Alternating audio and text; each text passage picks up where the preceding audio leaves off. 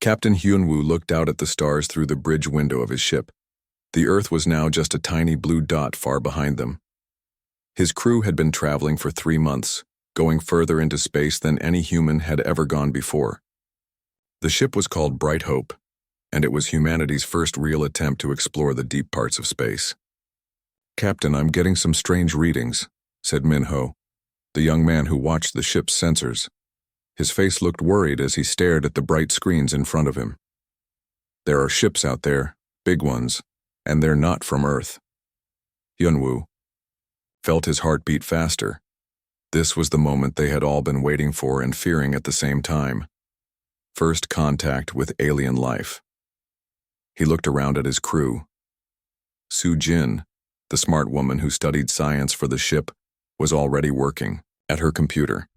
Jae-ho, their weapons expert, had his hand ready near the controls. Young Eunbi, who handled all their communications, was listening carefully to her equipment. "How many ships?" Hyunwoo asked, trying to keep his voice calm. "At least 5, sir. They're much bigger than us." "And they're coming this way," Minho replied. Soo-jin looked up from her screen. "Captain, these readings are incredible. The technology on those ships is far beyond anything we have. The energy signatures are like nothing I've ever seen." Suddenly, a deep voice filled the bridge. The words were not in any human language, but somehow they could understand them. "Small vessel, you will stop and prepare to be examined. You have entered controlled space." Yunbi quickly worked at her communication system. "Captain, they're using some kind of universal translation system. I can respond to them." "Do it," Hyunwoo said. "Tell them we come in peace. We're explorers from Earth." The alien voice spoke again, and this time there was surprise in it. "Earth? That is not possible. Show yourselves." The main screen in front of them lit up, showing the inside of an alien ship. The creature they saw was tall and made of what looked like living crystal. Its body sparkled with different colors as it moved. Behind it stood other aliens. Some looked like they were made of water. Others had too many arms. And some seemed to be made of pure light. "I am Commander Keith, of the Crystal People," the alien said. Its voice was like the sound of wind chimes. "You claim to be from the world called Earth. This cannot be true. That world holds only simple life forms." Hyunwoo stepped forward. "I am Captain Hyunwoo of the human ship Bright Hope. We are from Earth, and we are not simple. We have built ships, explored our solar system, and now we seek to meet others among the stars." The crystal alien seemed to shake. Other aliens in the background began talking quickly in their own languages. Hyunwoo could hear fear and confusion in there. "This is impossible," Keth said. "Humans were supposed to remain primitive. The great records show this. You should not have developed space travel for at least another 1,000 years. Soo-jin moved closer to her captain. "Sir, what do they mean by supposed to remain primitive? How do they know about our development?" Before Hyunwoo could answer, another alien stepped forward. This one looked like it was made of flowing water but held together in the shape of a person. "Commander Keth, we must take them to the council station immediately. If humans have truly developed space travel, this changes everything." "What council?" Hyunwoo asked. "What changes? We just want to make peaceful contact and learn about the galaxy." The water alien spoke directly to him. "I am Yeeth, a scientist of the deep swimmers. For thousands of years we have been part of a great alliance of species called the Galactic Council. We have rules, laws, and most importantly, we have knowledge of every world and every species that should exist." "Should exist?" Jae-ho asked, confusion clear in his voice. "Yes," Yeeth continued. "We have studied your world Earth for a very long time. We know about humans, but according to all our science and all our records, humans should not be able to travel between stars for many centuries still. Yet here you are." Keth made a sound like breaking glass, which seemed to be how his people showed worry. "There is something else. Your DNA patterns, your body structure, even the way you think, we have seen these things before." "What do you mean?" Soo-jin asked, her scientist mind eager to learn. "In the old ruins, Keth said slowly. Across many dead worlds, we have found ancient buildings and artifacts. Some are so old that no living species remembers who built them, but carved into the walls, painted in old pictures, and described in ancient texts, we have seen images of beings that look exactly like humans. The bridge of the Bright Hope became very quiet. Every human crew member stared at the screen, trying to understand what they had just heard. That's impossible, Minho whispered. Humans have never left Earth before now. Yith moved closer to his screen. That is what makes this so frightening. These ruins are found on worlds that are thousands of light years apart. Some are older than our oldest civilizations. Yet the beings described in them look like you, think like you, and according to the fragments we can translate, they spoke languages that sound like yours. You're saying humans were in space long ago? Hyunwoo asked. We're saying, Keth replied, that either humans were among the first species to reach the stars, or something that looked exactly like humans was, building incredible technology across the galaxy long before any of us existed. Eunbi looked up from her communications panel. Captain, they're asking us to follow them to something called Council Station. They say the leaders of all the major alien species need to see us immediately. Are we prisoners? Jae-ho asked, his hand still near the weapon controls. No, Yith said quickly. You are guests, but very important guests. If what we suspect is true, your arrival here today might be the most significant event in galactic history for thousands of years. Hyunwoo looked at his crew, then back at the aliens on the screen. We'll follow you, but I want answers. If humans were really in space long ago, why don't we remember? What happened to them? And why does our arrival frighten you so much? Keth's crystal body flashed bright red. Because Captain Hyunwoo of Earth, the last time beings like humans had advanced technology and traveled the stars, entire civilizations disappeared. Whole species vanished without a trace. And according to our oldest and most secret records, it was not war or disaster that destroyed them. It was something far worse. The transmission ended, leaving the human crew in stunned silence as they began to follow the alien ships toward an uncertain future. Council Station was unlike anything the humans had ever imagined. The massive structure floated in space like a small moon, covered in lights that pulsed in rainbow colors. Ships from dozens of different alien species docked at ports all around its surface. Some ships looked like living creatures, others were perfect geometric shapes, and a few seemed to be made of pure energy held together by invisible forces. As the Bright Hope approached the station, Sujin pressed her face against the viewing window. Look at the size of it, she whispered. It must be home to millions of beings. Dr. Tae-hyun had joined them from Earth just hours before through an emergency quantum communication link. His image appeared as a hologram on their bridge. He was Earth's best expert on ancient human history and archaeology. Captain, I've been reviewing everything we know about early human civilization. There are gaps in our historical record that we never understood before. What kind of gaps? Hyunwoo asked. Stories and myths from all over Earth that talk about humans who could fly among the stars. We always thought these were just imagination, but what if they were memories? What if some ancient humans really did have this technology? The alien ship guided them to a special docking bay. As they landed, they could see through the windows that hundreds of different alien species were gathering to watch them arrive. Some looked similar to the crystal people they had met. Others were completely unlike anything from Earth. Commander Keith met them at the airlock. In person, he was even more impressive than on the screen. His crystal body was nearly 8 feet tall and sparkled with inner light. Welcome to Council Station, humans of Earth. Many beings here have traveled from across the galaxy just to see you. Yith was there too, his water-like body flowing in a way that seemed excited. Captain Hyunwoo, we have prepared a special meeting for you. But first, there is something you must see. They were led through corridors filled with wonders. Alien children from species they had never imagined played together in floating gardens. Markets sold goods from 1,000 worlds. Art and music from countless civilizations filled the air with beauty and strangeness. How many species are part of your council? Sujin asked as they walked. 847 confirmed member species, Keth replied. We have been working together for over 50,000 Earth years. We share knowledge, keep peace, and explore the galaxy together. And humans were never contacted before now? Yunwu asked. Yith's watery form seemed to hesitate. Your world was under what we call a development protection protocol. We do not contact species until they develop faster than light travel on their own. It prevents us from interfering with natural growth. But, Yunbi asked, sensing there was more.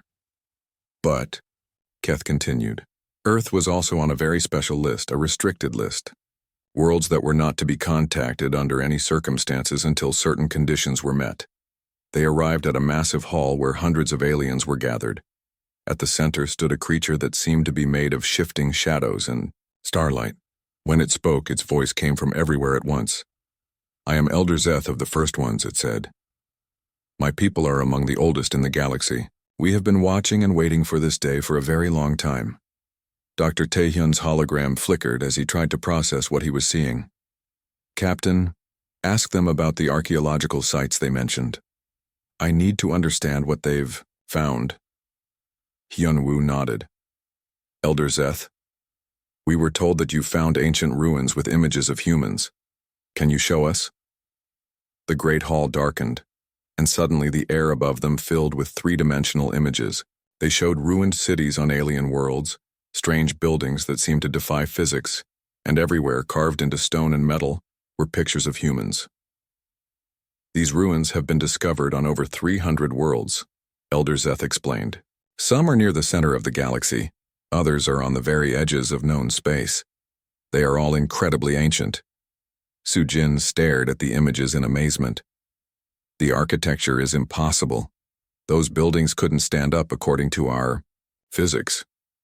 Yet they do, said a new voice. An alien that looked like a giant insect stepped forward. I am Queen Sasha of the Hive Minds. My people have studied these ruins for thousands of years. The technology found in them is beyond anything we understand, even today. But the most disturbing part, Elder Zeth continued, is what we found.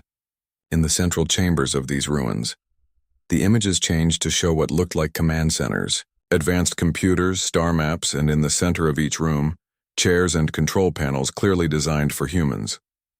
Not only do these ruins contain images of humans, Zeth said, but they were built by humans, or beings so similar to humans that there is no difference.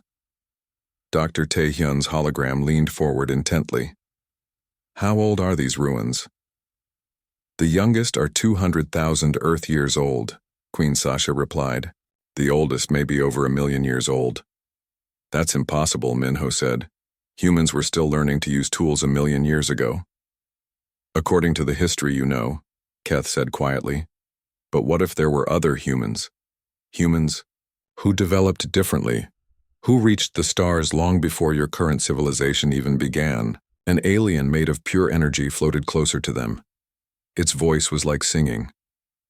I am Harmony of the Light Dancers. Our people exist as living energy, so we can perceive things others cannot. When we examined these ruins, we found something that terrified us. What? Yunwu asked, though he wasn't sure he wanted to know the answer. Echoes, Harmony replied. Psychic echoes of the beings who built these places. We could feel their thoughts, their emotions, their memories. And, Captain, they were not just humans. They were humans with abilities that could reshape reality itself. Sujin felt a chill run down her spine. What happened to them? Elder Zeth's shadowy form grew darker. That is what we have been trying to understand for millennia. These ancient humans, this incredible civilization simply vanished. No bodies, no signs of war, no natural disasters. They just disappeared, leaving behind only empty ruins and broken technology. But here's what frightens us most, Queen Sasha said, her insect eyes focused intently on the human crew. 3 days ago, monitoring stations across the galaxy detected something strange. Ancient technology on dead worlds began powering up for the first time in hundreds of thousands of years. What does that mean? Jae-ho asked.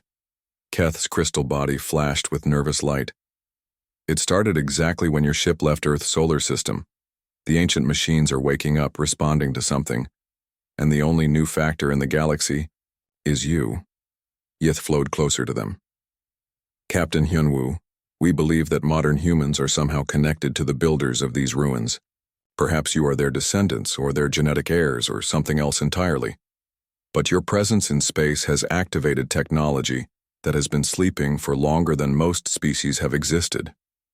Elder Zeth moved to the center of the group. This is why we brought you here so quickly.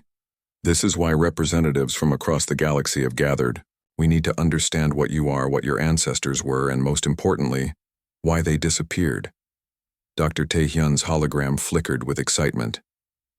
Captain, I need to come to Council Station immediately. If these ruins exist, if there really was an ancient human civilization, it could change everything we know about our own history. We have already sent a ship to collect your Dr. Taehyun, Harmony sang. He will be here within days. But Captain, there is something else you must know. What now? Hyunwoo asked, feeling overwhelmed by all these revelations. The ancient ruins are not just on dead worlds, Queen Sasha said. We have found them on living worlds too. Worlds with primitive species that we have been protecting and studying. And on every single one of those worlds, the native species show signs of genetic modification. Modified how? Sujin asked. Modified to be more like humans, Keth replied, as if someone long ago was changing other species to become more human-like. We think your ancient ancestors were not just explorers or conquerors. We think they were creators. The implications hit the human crew like a physical blow. Yunbi gripped her chair tightly. You're saying ancient humans created other alien species? We're saying, Elder Zeth replied solemnly, that half the species in this galaxy may be the artificial creations of your ancestors, which means that humanity returning to the stars is not just first contact. It may be the return of our creators to claim what they once built. Dr. Taehyun arrived at Council Station 3 days later, his eyes wide with excitement and fear. The moment he stepped off the transport ship, he could feel the weight of the galaxy's attention on him. Hundreds of alien species had gathered to hear what Earth's greatest expert on ancient history had to say.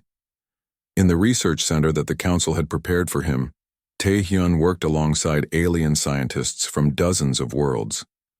The technology they shared with him was incredible. Computers that could analyze genetic codes in seconds, machines that could read the age of stone down to the exact year, and most amazing of all, devices that could show him three-dimensional recordings of the ancient ruins. This is impossible, he whispered to Sujin as they studied holographic displays of the ruined cities. Look at the architectural patterns.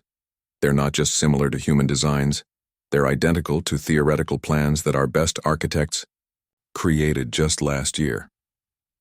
Yu Jin, a language expert who had been brought from Earth to help study the ancient writings, looked up from her work with excitement. Dr. Taehyun, you need to see this. I've been working with the alien translation systems to decode the writing found in these ruins. She activated a display that showed ancient symbols carved into stone. These aren't just similar to human languages. They are human languages. Ancient versions of Korean, English, Chinese, Arabic, and dozens of others. It's as if these ancient humans spoke every language that exists on Earth today. Woo Jin, the physicist who had joined their team, shook his head in amazement. The technology described in these texts is beyond anything we understand. They write about machines that could move planets, weapons that could destroy stars, and ships that traveled not just faster than light, but outside of normal space entirely. Commander Keth approached their group, his crystal body dimmed with concern. Dr. Taehyun, we have a problem. The ancient technology that began activating when your ship left Earth is becoming more active every day. Yesterday, a dead world in the outer spiral suddenly came to life. Ancient cities rose from the ground and massive ships began emerging from underground hangars. Are they dangerous? Captain Hyunwoo asked, joining the conversation. We don't know, Yith replied, his watery form rippling with worry. Our ships approached to investigate, but the ancient technology scanned them and then simply ignored them. It's as if these machines are waiting for something specific. Dr. Tae-hyun studied the new data that the aliens shared with him. Captain, I think they're waiting for us. For humans. Look at this pattern of activation. He showed them a map of the galaxy with blinking lights showing where ancient sites had come online. They're creating a network, a communication system that spans the entire galaxy, and it's all centered on Earth. Elder Zeth materialized beside them like living shadow. Dr. Tae-hyun, we have granted you access to our most secret archives. What we are about to show you has been hidden from most of our own people for thousands of years. The research center transformed into a vast library of forbidden knowledge. Ancient texts floated in the air around them, written in languages that predated most galactic civilizations. Images showed events from hundreds of thousands of years ago, and at the center of it all were humans. Long ago, Elder Zeth began. When my people were young and most current species had not yet evolved intelligence, the galaxy was ruled by a single civilization. They called themselves the First Builders, but we have learned their true name. The Primarchs. The Primarchs were humans? Yujin asked, her voice barely a whisper. They were what humans could become, Elder Zeth replied. They had abilities that went beyond technology. They could manipulate matter with their thoughts, travel between dimensions, and most importantly, they could alter the genetic structure of living beings. Queen Sasha joined them, her insect features grave. The Primarchs didn't just explore the galaxy, Dr. Tae-hyun. They rebuilt it according to their vision. They found primitive species and enhanced them, giving them intelligence, technology, and purpose. They created entire ecosystems, designed worlds, and populated them with life that served their needs. They created us, Harmony sang mournfully. All of us. Every species in this council, every intelligent being in the galaxy. We are all the children of the Primarchs. Tae-hyun sat down heavily, overwhelmed by the implications. You're saying that ancient humans created all alien life in the galaxy? Not all, Keth corrected, but most. They took simple creatures and made them into thinking beings. They gave some species great strength for building, others incredible intelligence for problem solving, and still others special abilities for specific tasks. We were designed to be a perfect galactic civilization under their guidance. What happened to them? Wu Jin asked. If they were so powerful, what could have destroyed them? Elder Zeth's form grew darker. They were not destroyed by an outside force, they were destroyed by their own ambition. The Primarchs decided that physical existence was limiting them. They believed they could transcend their bodies and become beings of pure thought and energy. Did they succeed? Sujin asked. Partially, Harmony replied. Some of them managed to leave their physical forms behind, but the process was flawed. Instead of becoming godlike beings of pure thought, they became scattered across dimensions, unable to affect the physical world or return to their bodies. Those who remained in physical form, Queen Sasha continued, found themselves cut off from their transcended leaders. Without guidance, their civilization began to collapse. Wars broke out between different human factions. Some tried to reverse the transcendence process, others tried to perfect it, and still others simply tried to survive. Yujin looked up from the ancient texts she was studying. According to this, the remaining Primarchs made a desperate decision. They scattered themselves across the galaxy, hiding on primitive worlds where they would be safe while they figured out how to restore their civilization. Earth, Tae-hyun said, understanding flooding his mind. Earth was one of those hiding places. Yes, Elder Zeth confirmed. The Primarchs who came to Earth deliberately suppressed their own technology and abilities. They chose to live as primitives, hoping that in time their descendants would naturally redevelop the knowledge and power of their ancestors. But something went wrong, Keth added. The Primarchs on Earth forgot who they were. Over thousands of generations, the memories faded. The technology was lost. Modern humans developed naturally, without any knowledge of their incredible heritage. Wu Jin was studying readings from the reactivating ancient sites. Dr. Tae-hyun, look at this. The ancient machines aren't just turning on randomly. They're running diagnostic tests, checking the genetic patterns of every human they encounter. What are they looking for? Captain Hyunwoo asked. I think, Taehyun said slowly, they're looking for humans who carry the right genetic markers. Humans who might be able to access Primarch technology and abilities. As if summoned by his words, alerts began sounding throughout Council Station. Yith rushed to a communication console, his watery form rippling with alarm. Captain, we're receiving a transmission from the ancient site in the outer spiral. It's not coming from our people there. Who's it from? Hyunwoo asked. The machines. Themselves, Yith replied, and they're asking for you specifically. All humans. They want you to come to them. Elder Zeth moved closer to the human group. The ancient Primarch technology has awakened fully. After hundreds of thousands of years, it has found what it was, waiting for descendants of the Primarchs who might be able to restore the old civilization. What happens if we go to them? Yunbi asked nervously. We don't know, Queen Sasha admitted. You might gain incredible powers and become the new rulers of the galaxy. Or you might be transformed into something that is no longer human, or you might awaken something that was deliberately put to sleep, because it was too dangerous to exist. Dr. Taehyun stood up, his decision made. We have to go. Humanity has a right to know its true history. And if we really are the descendants of the galaxy's creators, then we have a responsibility to understand what that means. Commander Keth's crystal body flashed with warning colors. Dr. Taehyun, there is one more thing you must know. The Primarchs did not just create the species of this galaxy. According to our most ancient records, they also created safeguards, weapons and defenses designed to activate if their civilization ever fell, or if anyone ever tried to replace them. You think these safeguards might still be active? Sujin asked. We know they are, Elder Zeth replied grimly.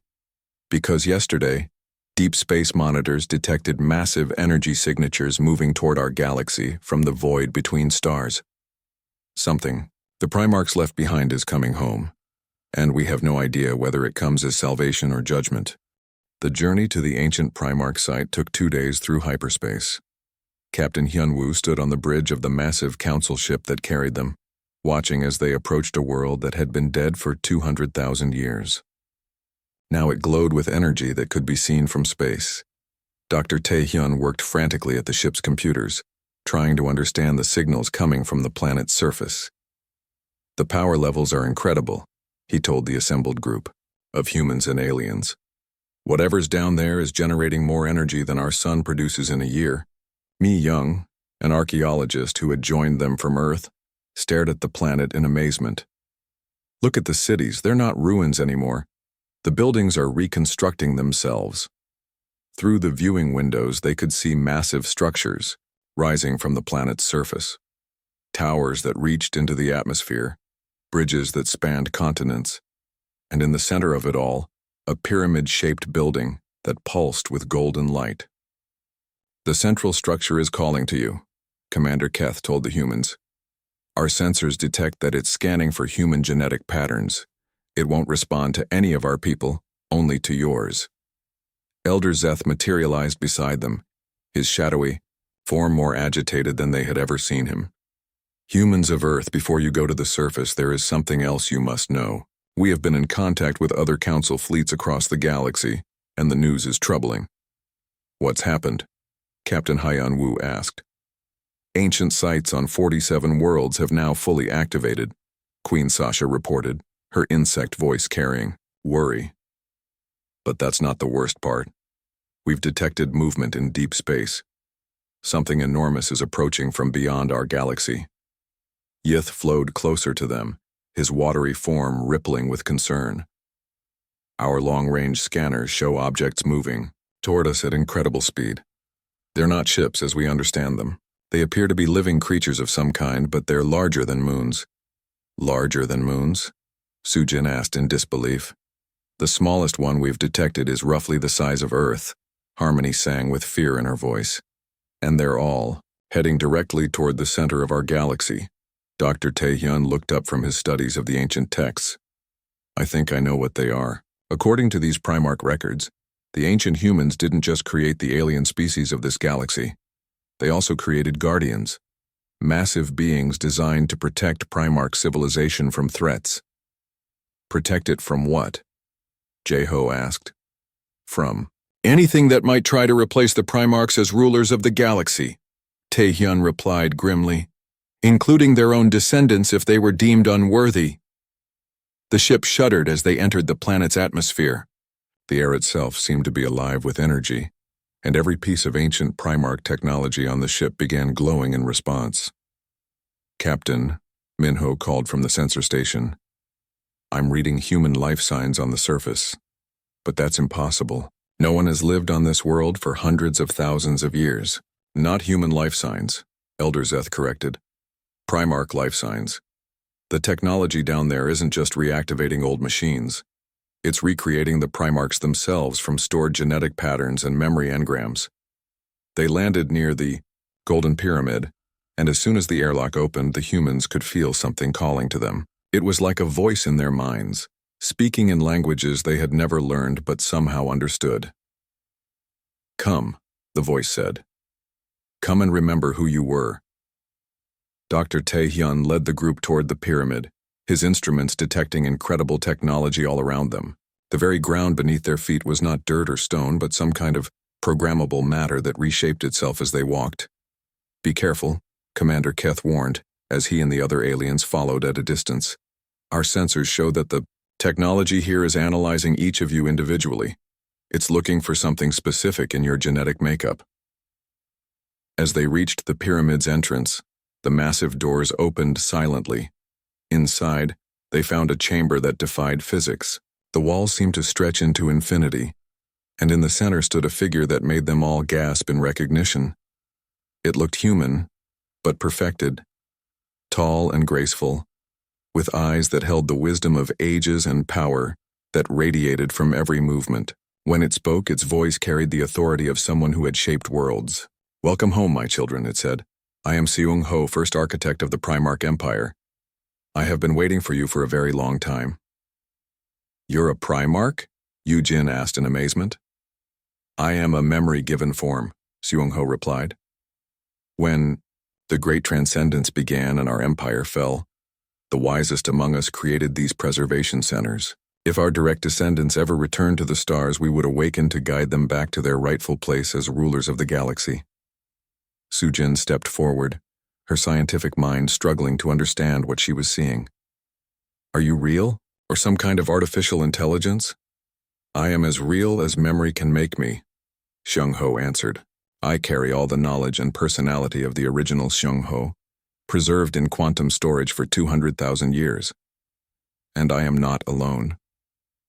Around the chamber, other figures began to appear.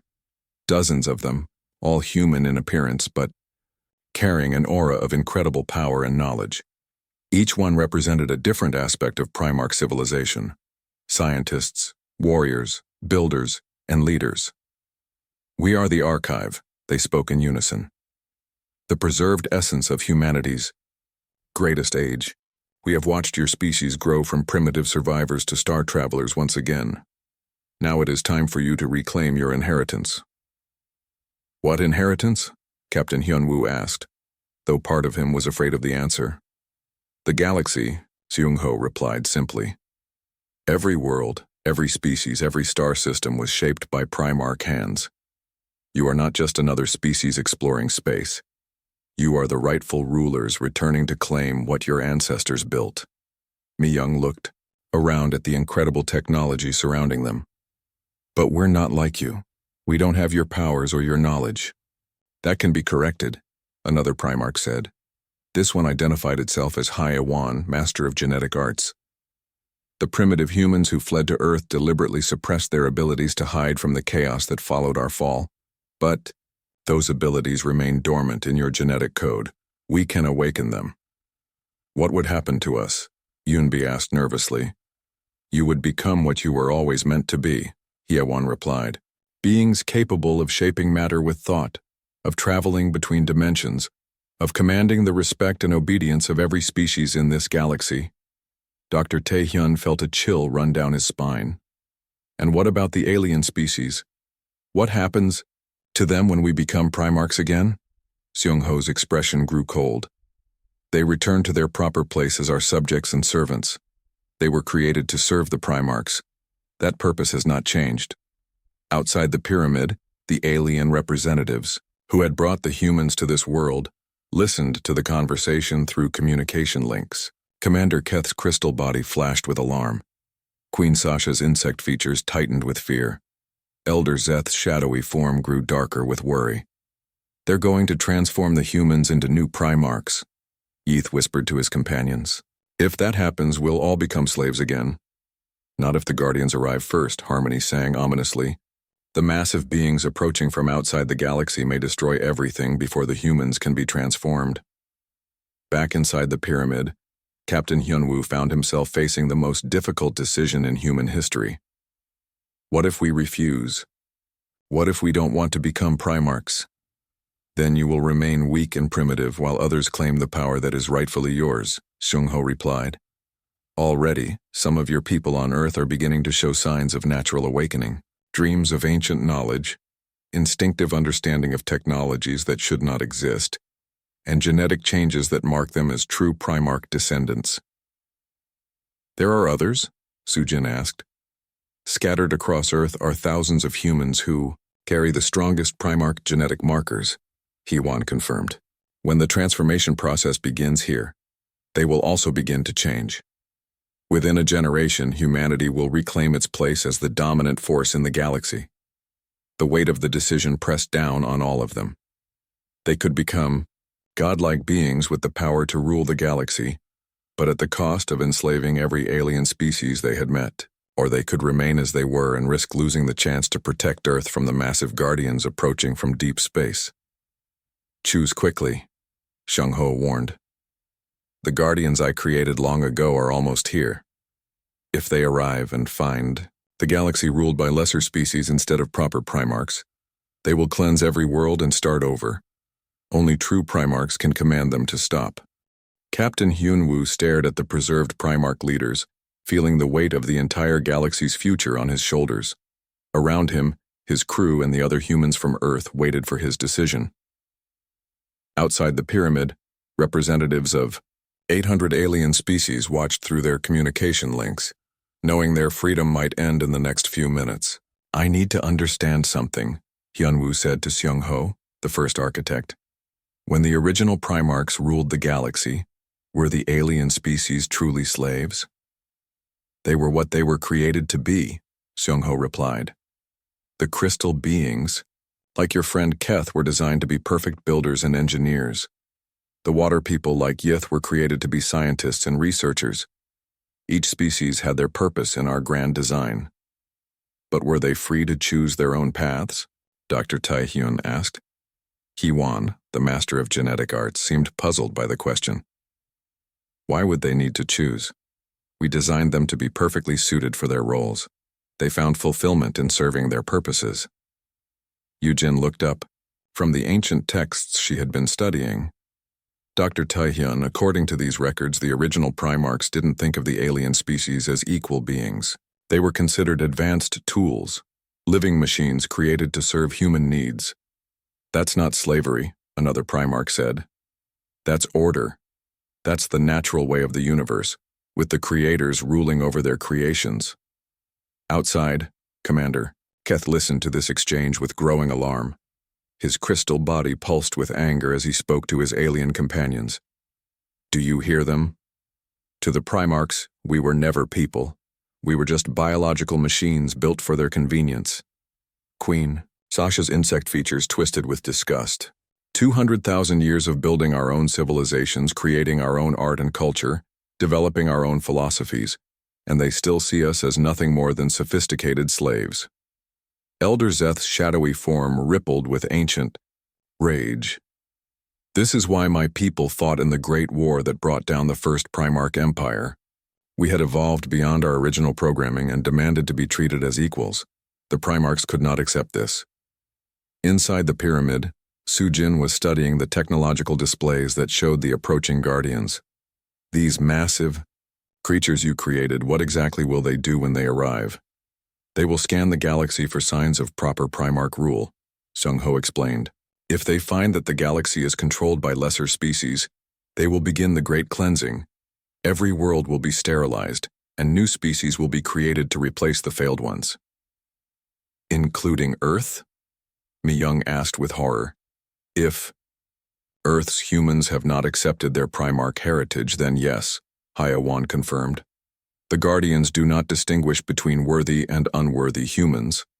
Either humanity claims its rightful place as galactic rulers, or it is eliminated along with everything else. Captain Hyunwoo felt a spark of inspiration. What if there was a third option? What if humans could awaken their Primarch abilities but choose to use them differently than our ancestors did? Differently how? Sung-Ho asked, his voice carrying a warning tone. As equals with the alien species, Hyunwoo replied. Using our powers to protect and help, not to rule and control. The preserved Primarchs reacted with shock and disgust. That is not the Primarch way, several of them said at once. That is weakness. That is the thinking that led to the fall of our empire. Maybe the fall of your empire was a good thing, Jae-ho said boldly. Maybe the galaxy is better off with hundreds of free species working together instead of one species, controlling everything. You cannot change what you are, Sung-Ho warned. If you accept the transformation and awaken your Primarch abilities, you will think as Primarchs think. The urge to rule, to control, to reshape the galaxy according to your vision will be overwhelming. Dr. Tae-hyun was reading through more of the ancient records when he made a startling discovery. Wait, there's something here about a faction of ancient Primarchs who disagreed with the Empire's methods. They were called the Harmonists. The traitors, Hyawan spat. They believed that our created species should be treated as equals. They were exiled from Primarch space and hunted down by the Loyalists. What happened to them? Yoo-jin asked. According to this, Tae-hyun said, studying the records, they didn't die. They went into hiding on primitive worlds across the galaxy, and they created a different kind of preservation system than this one. Suddenly, alerts began sounding throughout the pyramid. New figures were materializing in the chamber, but these Primarchs looked different. They carried themselves with less arrogance and more wisdom. Greetings, cousins, said a female Primarch, who identified herself as Boram, first Harmonist. We have been waiting in our own preservation centers for humanity to return to the stars. The traitors survived, Sung-Ho growled. Your faction was defeated. Your philosophy was proven wrong. Our philosophy was proven necessary, Boram replied calmly. While you and your followers destroyed yourselves in pointless wars and failed transcendence experiments, we learned to work with our created species as partners and friends. More Harmonist Primarchs appeared, Taemin the Peaceful, Yoonji the Bridge Builder, and others who radiated wisdom rather than domination. You offer humanity a choice, Boram said to Captain Hyunwoo. Accept the old way and become tyrants over a galaxy of slaves, or accept our way and become guardians of a galaxy of free peoples. There is no time for philosophy, Sung-Ho warned. The Guardians arrive in hours. Choose the transformation now or watch everything burn. Taemin stepped forward. The Guardians will indeed cleanse the galaxy if they find no Primarchs to command them. But they will obey any human who has awakened their Primarch heritage regardless of which philosophy that human follows. You could awaken your abilities using our methods, Yoonji added. You would gain the power to command the Guardians, but you would retain your humanity and your compassion for others. Captain Hyunwoo looked at his crew, then at the alien representatives watching through the communication links. Commander Keth, Queen Sasha, Elder Zeth, all of you. What do you think we should do? Keth's crystal body flashed with hope. Captain, if you could gain the power to stop the Guardians without enslaving us, we would welcome you as leaders by choice rather than by force. We have worked together as equals, Yith added. We have seen that cooperation achieves more than domination. Elder Zeth spoke with the voice of ages. The old Primarch Empire fell because it tried to control everything. Perhaps a new kind of human leadership, one that rules through wisdom and consent rather than force, could succeed where the ancients failed. The massive guardians were now visible in space around the planet, creatures of living metal and energy that dwarfed anything the galaxy had ever seen. Their scanning beams swept across the world, searching for Primarch minds to obey. Decide now, Seong-ho demanded. Accept the true transformation and rule as your ancestors ruled, or watch the galaxy die. Captain Hyun-woo took a deep breath and made the choice that would determine the future of trillions of beings. We choose the harmonist way. We will awaken our Primarch abilities, but we will use them to protect and guide, not to control and dominate. You have chosen poorly, Seong-ho said as he and the other loyalist Primarchs began to fade. You will regret this weakness. But Bo-ram smiled with ancient warmth. You have chosen wisely. Come, let us awaken the power that sleeps within you. The transformation was unlike anything the humans had expected. Instead of overwhelming arrogance and the urge to control, they felt a deep connection to all life in the galaxy. They could sense the thoughts and feelings of every being around them. They could manipulate matter and energy, but the knowledge came with an understanding of responsibility. When Captain Hyun-woo reached out mentally to the approaching guardians, they responded instantly to his commands.